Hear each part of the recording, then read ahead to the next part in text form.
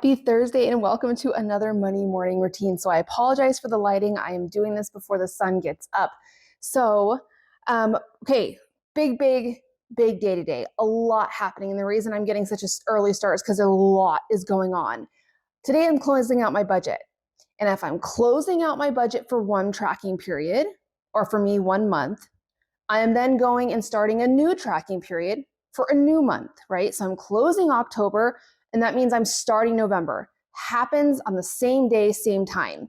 So here's what's going on. First, this morning, I had to make sure I was 100% updated with my spending from my checking account, spending from cash. Now, I did have $33 left in my food envelope.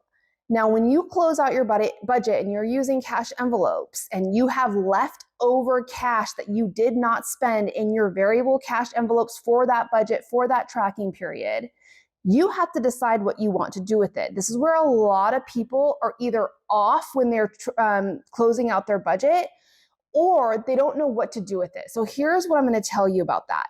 I had $33 that I did not spend out of my food envelope. You have to ask yourself, okay, what can I do with this leftover cash that I did not spend that will be in the best interest for me to get towards my financial goals?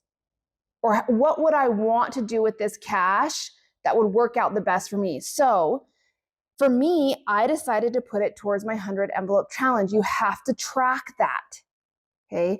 If you are rolling it over to the new month, maybe you say, well, I want to, I have a kind of a busy month. It's kind of unknown next month. I'd like to have a little bit more of a cushion.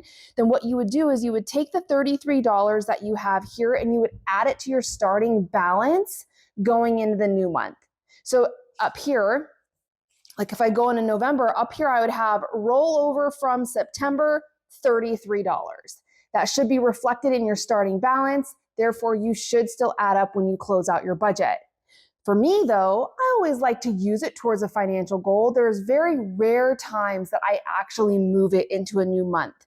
I only do that if I have maybe a really crazy month where I might have some uncertainty around my spending, or maybe I'm spending more than normal and I want some extra cash in that new tracking period, in that new month. But for me, I usually decide at that time what to do with it. So it went towards my 100 envelope challenge. I track that on my cash expense tracker. It is accounted for. That means my spending is now 100% updated. Now, if we go over here to my monthly budget category breakdown, okay, $9,348. That was my inflow for October, not my earned income, not my paycheck, but the inflow that I used to budget for my spending.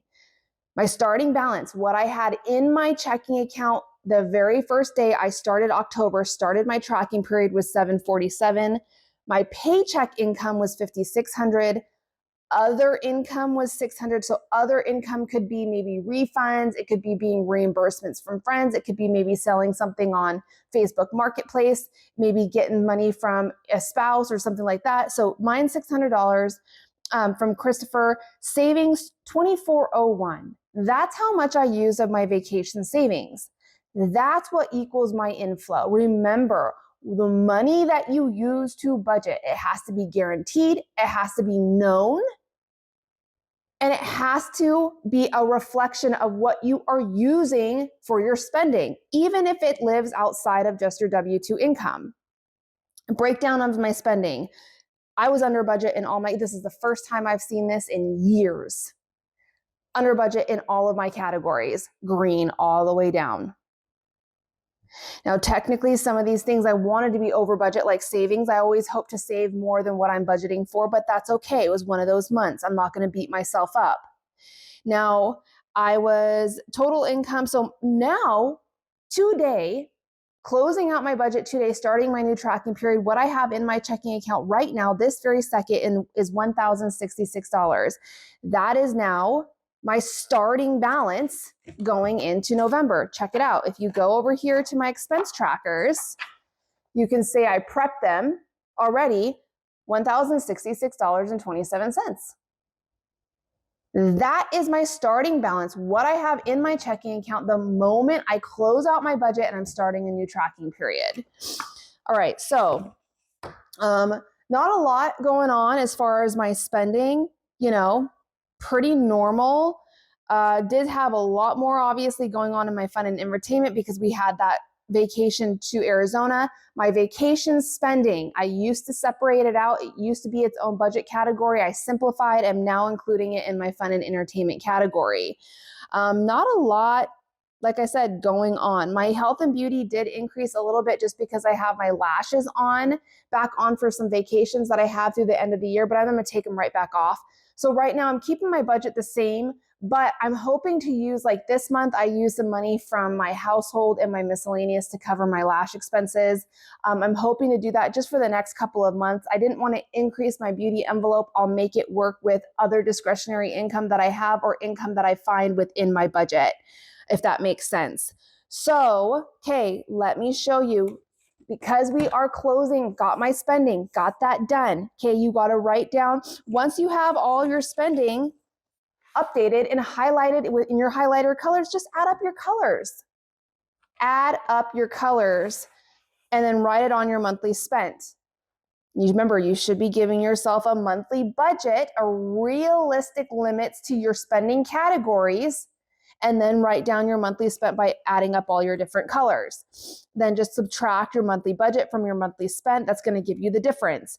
If you're wondering about, so I spent 9% of my inflow was spent on food. 29% was on fun and entertainment. Let's say I saved 18% of that inflow towards savings. 9% went towards investments. If you're wondering how to get these percentages and you have the budget by paycheck workbook, always, if it has a little star by it, look down at the bottom of the page, you're going to see the formula for that. Now, closed out one tracking period, starting another, November. Oh, here's another thing also I did in October. I filled out my actual column. So filled out my actual column. Here's something surprising that I forgot to show you also. I budgeted $250 for birthday, my stepdad's birthday and Halloween.